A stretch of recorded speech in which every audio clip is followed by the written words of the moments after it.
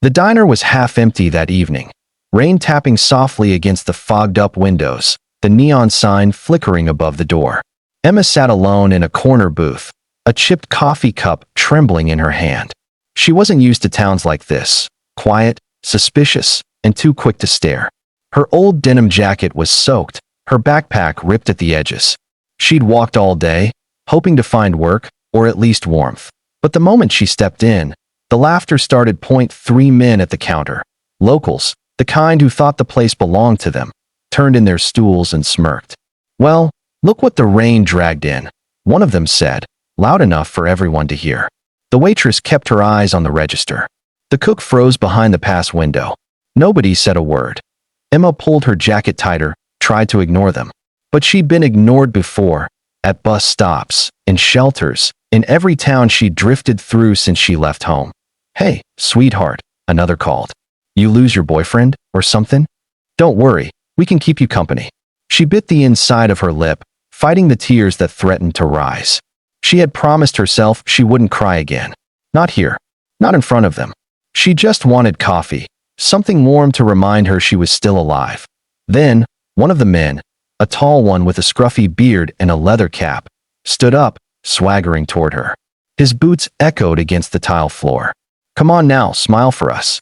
You look prettier when you smile." She didn't. He reached out, tugged at the sleeve of her jacket. "What's this, huh? You hiding something under there?" Before she could move, he grabbed the collar of her shirt, and with one harsh pull, the fabric tore.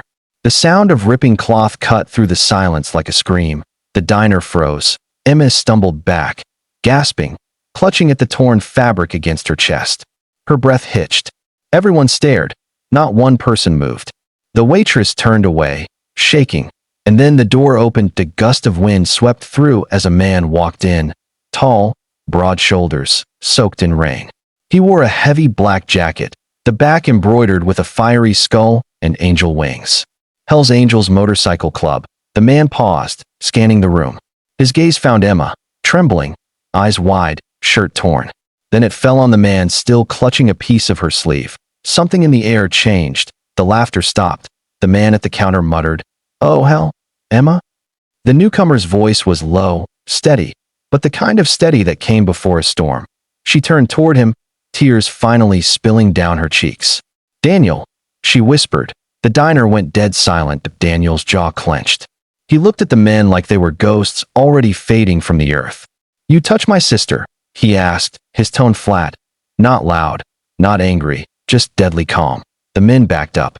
"We didn't know, we didn't mean." "You didn't know?" Daniel repeated. "That she's a person? That she's someone's family?" The one with the beard stammered. "Man, it was just a joke." Daniel took a slow step forward. The heavy boots clicked against the floor like thunder. "A joke," he said softly. "You think tearing a woman's clothes is a joke?" No one answered. Outside, the sound of motorcycles began to rise, deep, rolling thunder from the street. 1, then 3, then 5. The other riders had followed him into town. Their headlights flooded through the diner windows, slicing the shadows apart. The men froze. Daniel didn't need to raise his voice. "Pick up your things. Walk out that door. And don't ever come back here again." They didn't hesitate. They bolted, tripping over chairs, pushing through the door into the rain.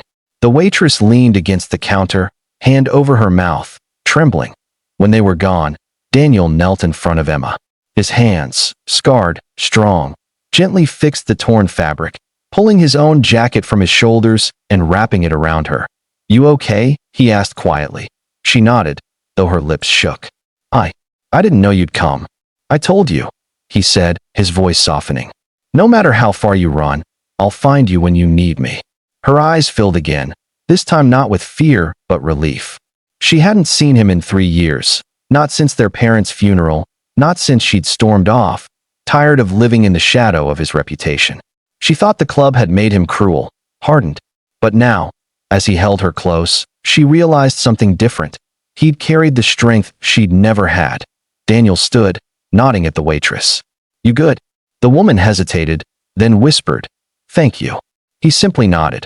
When they stepped outside, the rain had slowed. The riders waited, leather vests glistening, engines rumbling low. Daniel helped Emma onto the back of his bike, his jacket still around her shoulders. They pulled away. The waitress came to the window and watched them disappear into the night, the roar of engines fading into the distance like thunder rolling off a storm that had finally passed. The next morning, the diner owner found a folded bill under the coffee cup Emma had left behind. $100 and a note in her handwriting. "Thank you for not looking away." And beneath it, another line written in rough, unfamiliar handwriting. "Daniel's family isn't always blood, but when it is, you protect it with everything." Outside, the sun broke through the clouds.